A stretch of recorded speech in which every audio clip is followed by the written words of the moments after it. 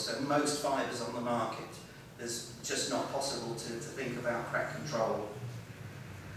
Okay, so if we now move on to Crossrail. Now again, Crossrail was a massive project.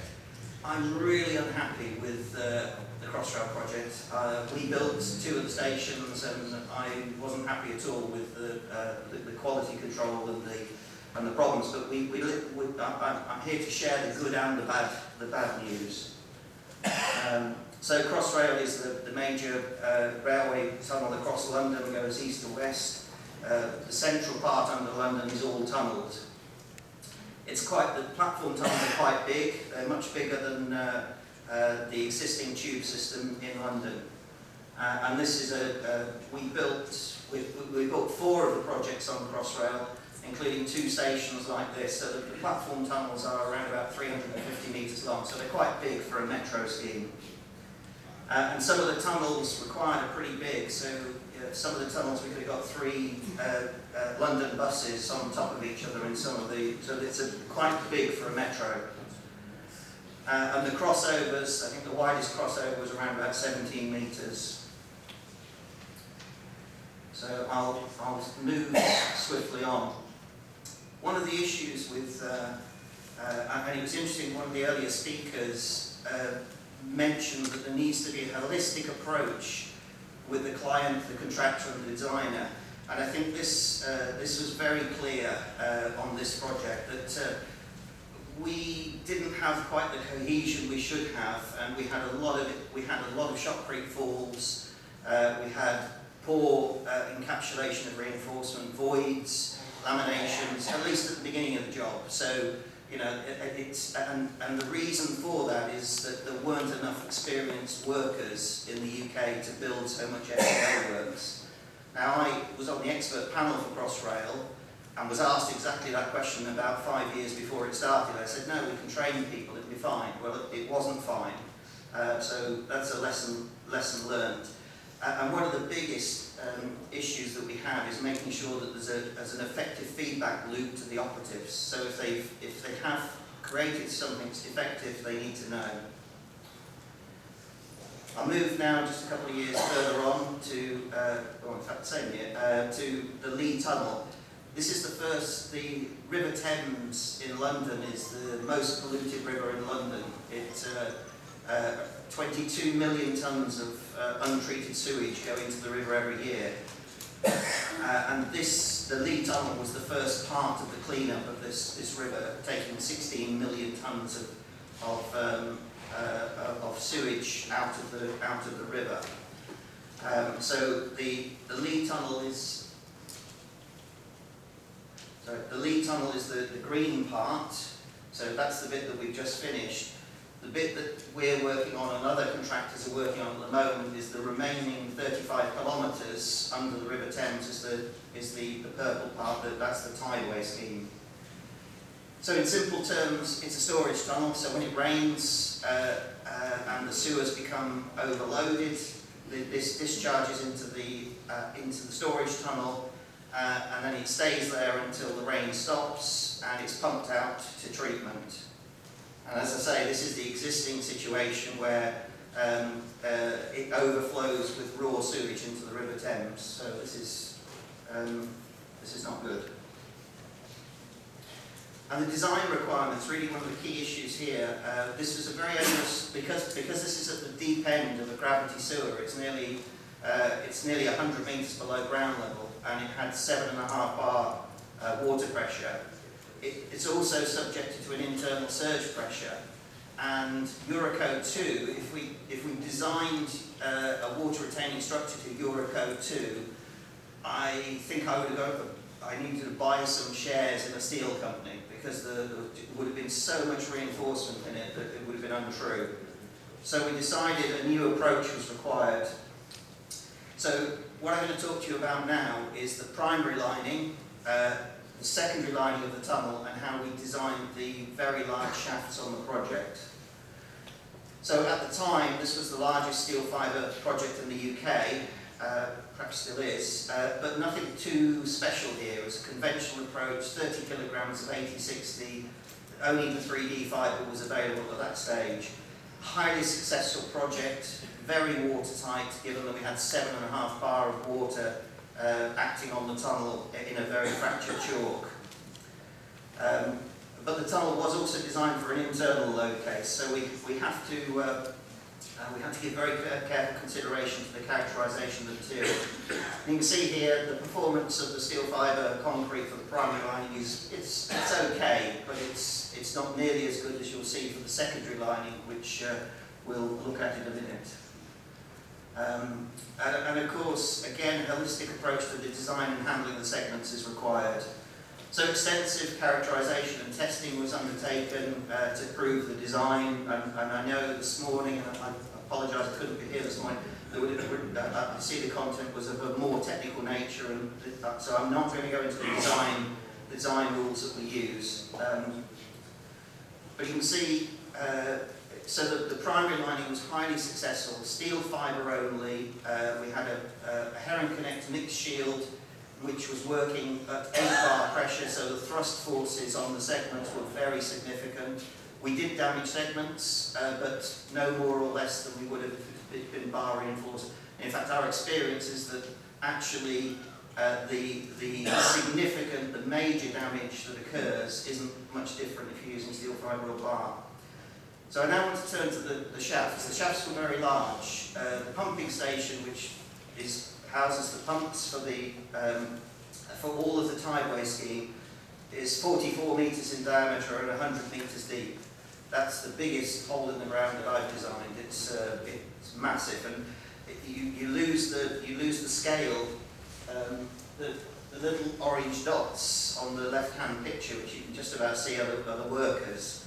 So it's a very, very large structure. Now this structure is designed for an emergency load case that the pumping station fails and floods, and it has a dividing wall in the middle, which means that half the pumping station would survive until so it could be pumped out. The reinforcement we removed pretty much all of the reinforcement from the secondary lining by building it as a freestanding chimney. So it wasn't cast against the primary diaphragm wall, so there was a gap of around about 30 centimetres. So the idea was that we would slip form the lining, a double slip form lining, so 40 metres in diameter, with a slip joint on the bottom, so that as the concrete shrank, there was no restraint, so there was no need for restraint shrinkage steel. So pretty much all of the steel was removed. It took about 28 days to slip form the shaft at around about 100 metres high. So we had a 100 metre high chimney, and then to put it into compression, we rapidly filled the annulus with a retarded concrete, so it was put into compression. So one of the problems with secondary linings is that they're normally installed in a stressless state, so they have no compression, which is a problem if they're going to be subjected to tensile stresses. So the key issues, the challenge was designing to BC2. We would have ended up with a huge amount of reinforcement, probably bars, 32mm bars at about 75mm centres. We would have had great difficulty getting the concrete in. You can see the sort of scale of it here. This is a big structure. So the idea was to look at the construction in a different way, take all the reinforcement out, and it worked very well. But of course, we have to do extensive testing, so shrinkage testing particularly was required, and this was done at a large scale. And also the membrane on the bottom to make sure that we've got, this is a 17,000 cubic metre structure that was poured in one continuous pour. And that was sat on 2 pieces of waterproof membrane with some grease between the two. And it worked very well, there was no restraint. So the shaft was able to shrink, it shrunk about 10 millimetres, and there was no restraint, no cracking. Okay, I won't go into the detailed analysis, but this enabled us to remove, as I say, all the reinforcement from the structure, apart from very localised. I'll speed up to, so the diaphragm walls, which are 100 metres deep, were constructed first, then the slip forming on the inside was constructed. I now turn to the secondary lining for the tunnel. This was using a 5D fibre. So the 5D fibre had just been developed. we did some early characterization testing, and we were very interested in the ability of the fibre to give flexural hardening. So this meant that we could potentially control crack widths, because, this is a very controversial subject, but in such an environment we think that we need to control crack widths to around about 0.15 millimetres to have a long-term durable life. So again, this particular secondary lining, we removed all of the bar reinforcement, which saved about 15,000 tonnes of steel. And of course, it wins every award for saving the planet in the UK, because we've reduced the amount of CO2 by a massive amount. So the design approach that we followed, obviously we have to be code compliant, but EC2 allows you to design by taking the values from full-scale testing. And I'll just quickly go on to show you the testing. But the two low cases, when the tunnel is empty, it's obviously in compression, it has water pressure acting on it and the ground load. But the key issue for the secondary lining, which again is installed in a stressless state, has zero axial force in it. When the tunnel fills, it fills very quickly, and in fact the latest information, it'll fill at a rate of 200 metres a second with a vertical wall of water. So it will be like a tsunami running through the tunnel. And so to characterise the material, we can of course do beam tests, we can do little tests, but we've got a big tunnel. So what we did was undertake a very substantial test, a full-scale test on a large piece of 5D reinforced concrete. So we did this at the Building Research Establishment. We worked with the university I'm associated with, and so this was a bending test, a 4-point bending test with PIV cameras on the top and the side to measure the strains. Very, very effective way of understanding the strain distribution, and also fibre optics on the top to measure the strains. And the black marks you see are not cracks. The cracks are very, very small, but they're the position of cracks, so they're marked with a pen. And this was great. The concrete had read the book. It cracked at the thickness of the section, which is what we were expecting. So between the points of uniform bending moment, we saw cracks, multiple cracks, which for any other fibre other than for just about every other fibre, the 5D, you wouldn't get flexural hardening as you see here. So this was great. This meant that we can construct the secondary lining and not be worried that we were going to get very large cracks. And the secondary lining was constructed in pores of 30.6 metres long. So the pore was as long as this room in a single pore. So it was very adventurous. I don't think I've got time to go into the analysis, but understanding the stress-strain behaviour at full scale was very important for this design process. And then to prove that this worked, because during a surge event, the tunnel, the inner lining worked compositely with the primary lining on the ground. And so it was very important for us to prove that the primary lining was contained, it was properly grouted. So we undertook 18 full-scale dilation tests. So these dilation tests were pushing the tunnel apart, and obviously we expected it to move very little, and it did move very little, thankfully. We were able to verify our design, so the client was happy that the tunnel would remain serviceable for its 120-year design life. And this just shows you some pictures. So very long shutters. This was for production reasons, and this is a steel fibre only design. Extensive trialling was required because with any secondary lining there are always problems. So we undertook a number of trials on the surface before we started. We also had some very nice work done to look at the fibre distribution. So we took cores from the works and sent them to a laboratory in Germany to be X-rayed. And I haven't got the model, but the fibre distribution was very, very good. because as the earlier presenter showed, there can be a lot of manufacturing test samples can greatly alter the results. So 15,000 tonnes of reinforcement was removed from that lining. Okay, so mindful that I'm running out of time, so I'm going to talk to you about the future now. Yeah. Okay. 10 minutes. 10 minutes? Yes, it's the next round for you. Okay, thank you. I've only got one more slide.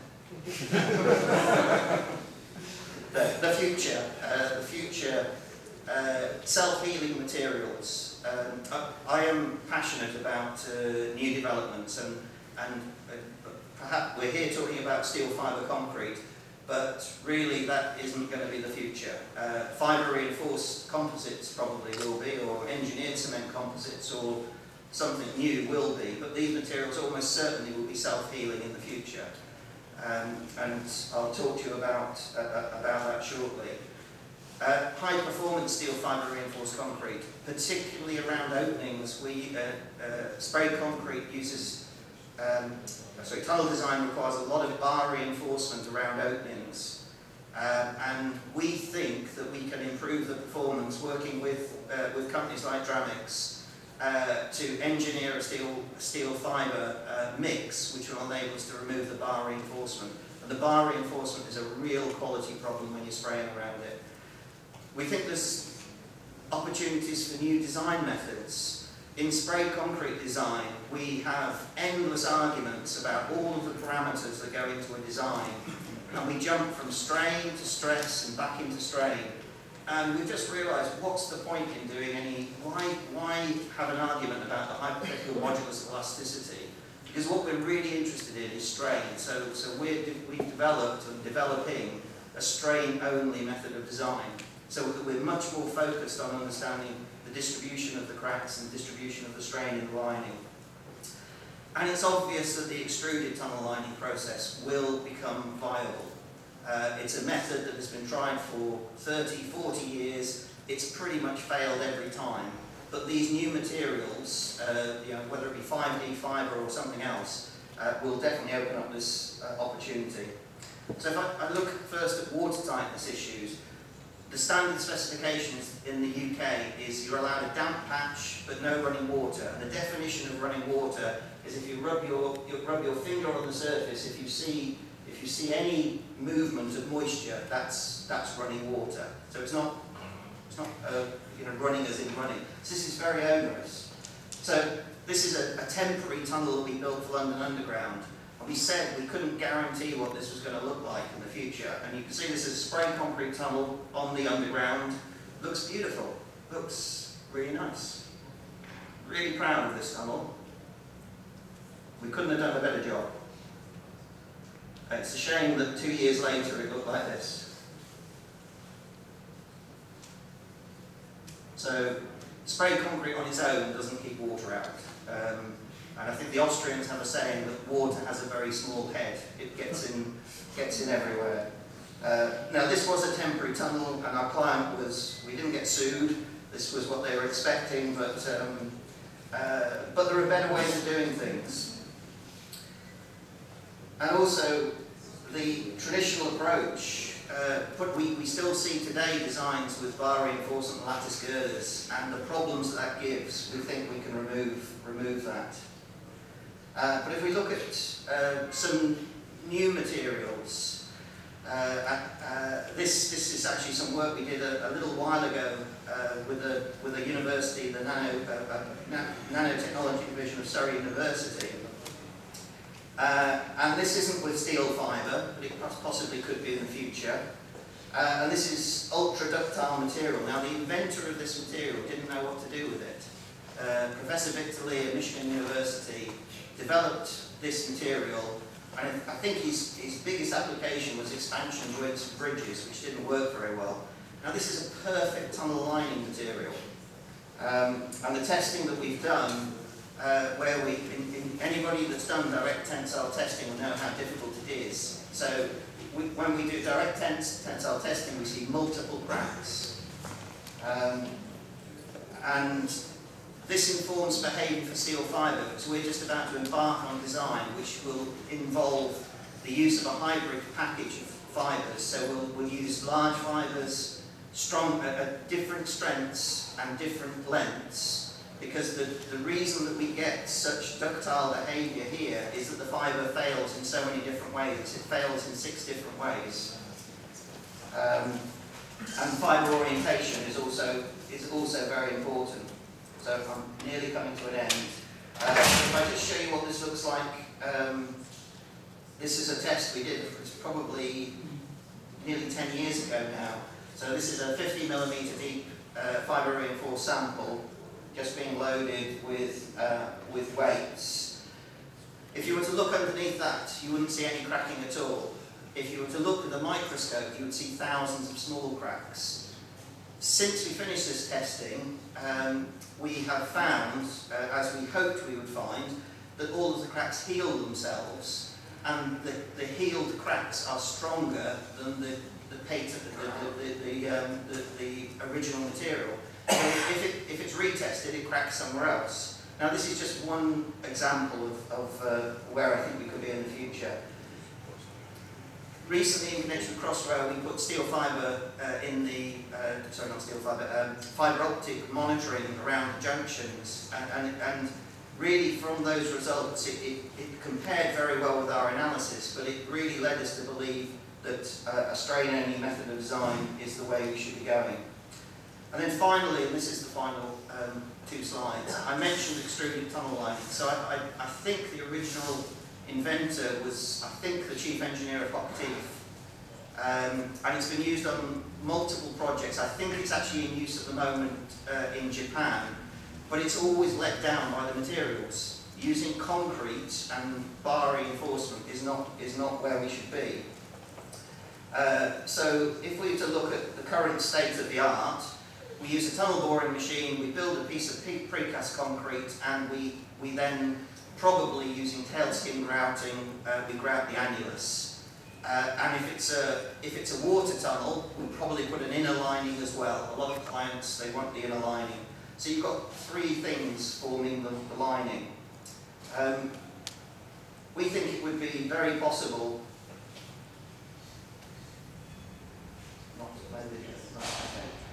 So this was just a simple visualization that was put together. It's not very good, I have to say, but it gives you an idea. So taking probably a fibre reinforced cementitious material into a tunnel and extruding it using one of the areas of research that we're looking at the moment. We've recently started investigating contactless excavation and contactless demolition, and there are all sorts of technologies outside of civil engineering which we're looking to help deliver these sorts of projects.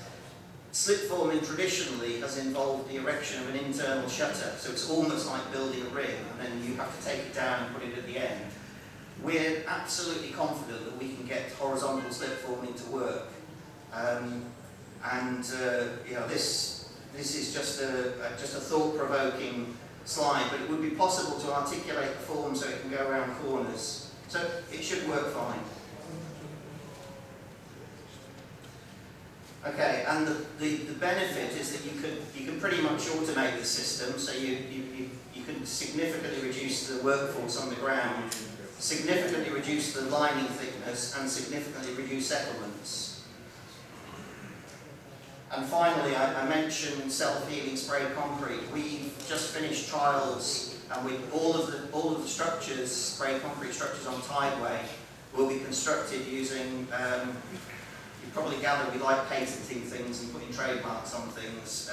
Sort of ultimate sprayed concrete USC. So this has got 4D spraying fibre in it to control the cracks, and those cracks self-heal by use of an internal crystallization agent, and really impressively testing the joints at 10 bar pressure for 4 days, we see no leakage at all. So this is concrete that has been sprayed a week apart, and the crystals have grown across the joint. So with that, I'll say thank you for your attention.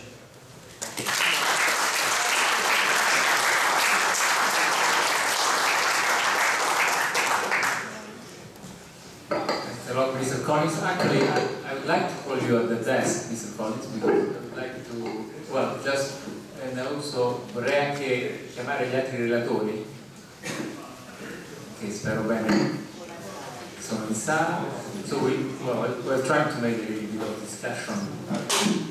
Hopefully there will be some questions. Vi inviterei a fare qualche domanda.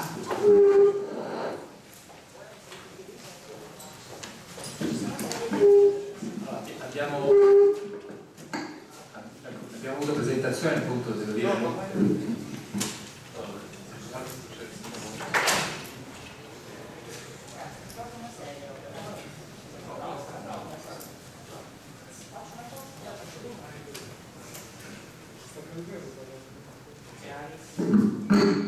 Si può anche andare al lavatorio.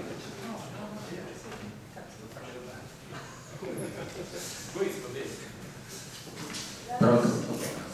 Perfetto, abbiamo il parterre completo. Quindi credo che abbiamo assistito a delle presentazioni estremamente interessanti su un po' tutti gli aspetti, no? Conci per fabbricare, investimenti gettati in opera. Abbiamo visto anche appunto qualche opera sotterranea anche più grande di 6 metri come a Catania, dove si parla di circa 10 metri.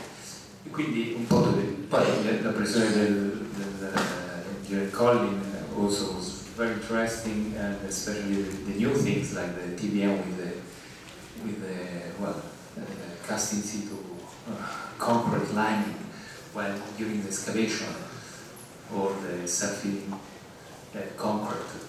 Quindi credo che ci siano spunti interessanti per fare delle domande anche. Chi è il primo che rompe il ghiaccio che fa una domanda? Ai nostri relatori? Vabbè, inizio io perché tanto ovviamente no, mi interessava capire su Catania, forse avete sorvolato, forse sono stato attento io, ma in che contesti geotecnici ci muovevamo? Uno a Catania pensa ai basalti ovviamente, in linea di principio, ma a Catania ci muoviamo in un terreno estremamente eterogeneo, passiamo da basalti con resistenza. Sentite? Sì, forse è l'altro il microfono, quello buono, ma Catania è il terreno estremamente eterogeneo, passiamo da rocce, basalto con resistenza a compressione assiale di 180 megapascal e attraversiamo anche terreni sabbiosi e di margine. C'è un contesto estremamente eterogeneo e assolutamente variabile metro per metro.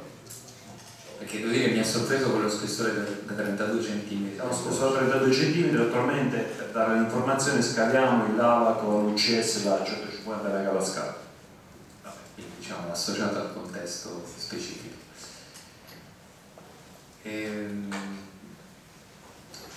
Beh, presentati e poi fai la domanda.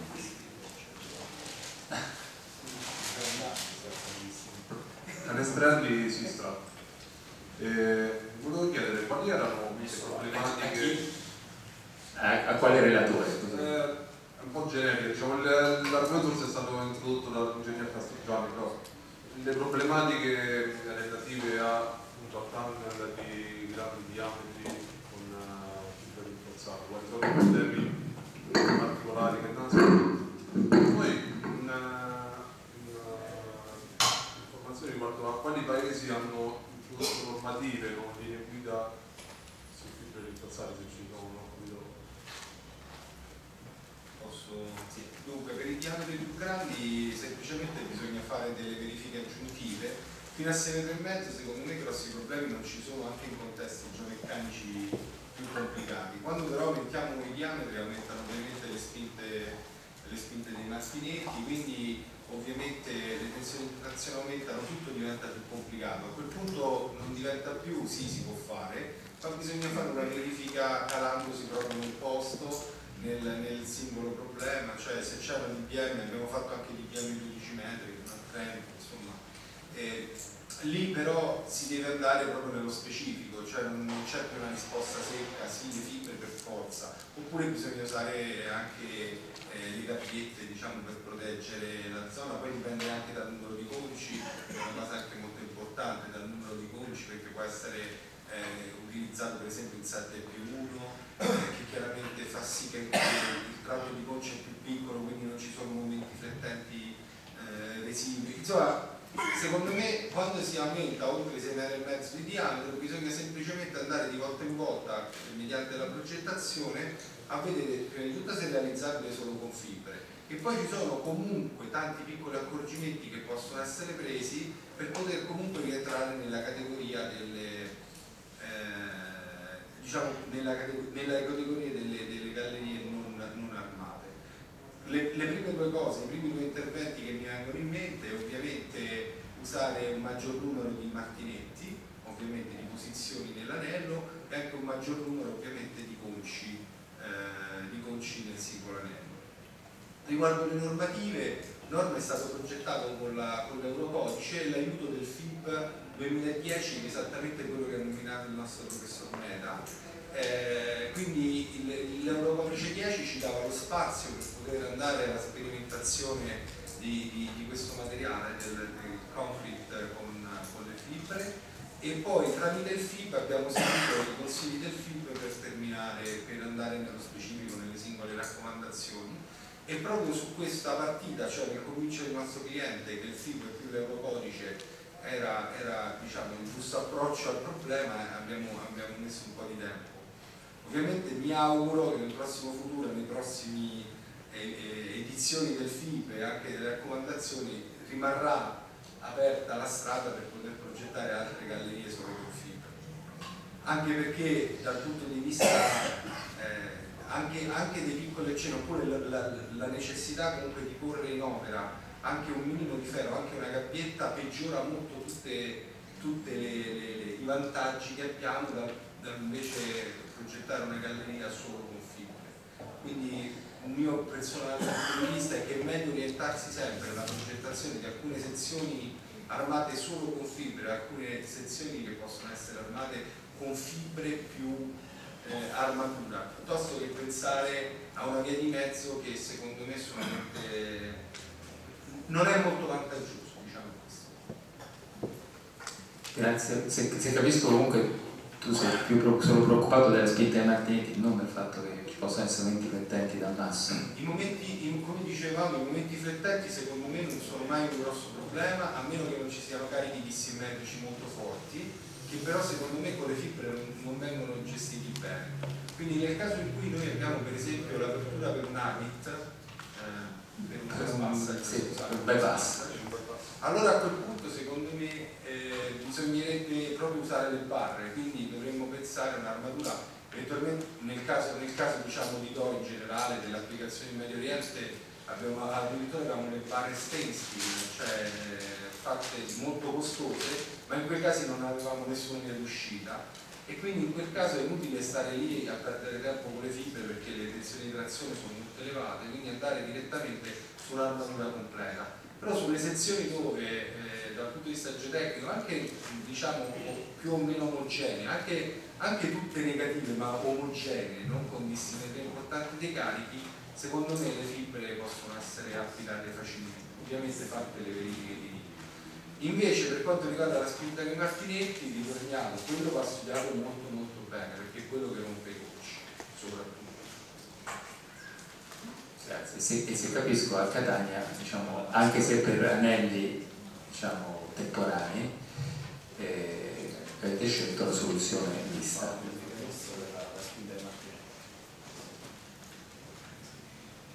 Grazie.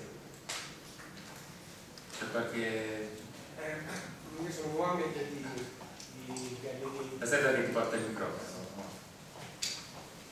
Invece volevo fare una domanda sempre anche all'ingegnere Castrogiovanni in generale, insomma, sul problema della resistenza al fuoco, cioè da dove noi calcoliamo spesso tenendo conto delle equazioni, sì, e quindi si incrementano molto anche i momenti flettenti dell'invenzione del momento che sia stato in campo. Come è stato fatto, ad esempio, a Doha la verifica senza armatura, perché lì erano solo fibre, giusto? Andiamo un po' nello specifico. Però prima fammelo presentare perché non si aspetta. Mohamed Ola della operativa Galleria di Telfere. No, se ci sono stati problemi nella verifica, nel senso se... La verifica, per fortuna, abbiamo due cose. La prima, come dicevo, eravamo terrorizzati dai 17 centimetri che abbiamo avuto solamente con le fibre senza la gabbia d'armatura, 17 centimetri abbiamo detto va bene, cioè non abbiamo una via d'uscita vera, forse dobbiamo mettere un coating per il fuoco. Per fortuna invece aggiungendo quei due tipi di PP fiber, di polipropilene, siamo passati a 5 cm e 5. Però non ci scordiamo pure che la verifica che si fa normalmente in condizioni dopo, diciamo, la verifica al fuoco è fatta allo stato lumine ultimo, quindi abbiamo dei grossi vantaggi dal punto di vista normativo. Quindi andando semplicemente a rimuovere i 5 cm e 5 che avevamo nello Spolic dopo tutte le prove in laboratorio, che fu un procedimento lungo, abbiamo fatto le nostre verifiche a schiacciamento e non abbiamo avuto problemi nella verifica statica, quindi abbiamo potuto adottare questo tipo di soluzione. Adesso uno vorrebbe pensare ai giunti, però non vorrei andare proprio, però c'è anche la verifica dei giunti, però la verifica dei giunti, diciamo, in caso di incendio abbiamo anche ammesso... Sì, anche perché se non sbaglio il codice c'è un'apertura esatto, al di sotto della quale di fatto la serata non passa. Sì, comunque anche la verifica dei giunti è stata fatta sempre su un criterio ovviamente di stato limite ultimo, quindi non avendo l'esigenza che potevamo localmente superare la tensione di compressione sul giunto e quindi avere delle superfici di contatto più importanti di quelli che devi fare normalmente quando c'è la protezione del giunto. Stiamo andando un po' però nel... Grazie. Ho visto una mano alzata. Presentati Giulia. Sono Giulia Nato di Caffè. Io invece vorrei chiedervi se ad oggi questa tecnologia è stata incamerata dal cliente, cioè se il cliente lo include nello scavo dei servizi o se invece è il progettista o il progettista con i costruttori, il consorzio a proporlo. E se sì, come è ricevuta la proposta, poi anche in base alla vostra esperienza in questo caso. Grazie. Ti chiederei di farla anche in inglese, così coinvolgiamo anche Collins che magari può dare una risposta anche lui. Yes, sure. So I was asking if this technology nowadays is received by the client in a way that the client actually asks for it in the scope of work, and if not,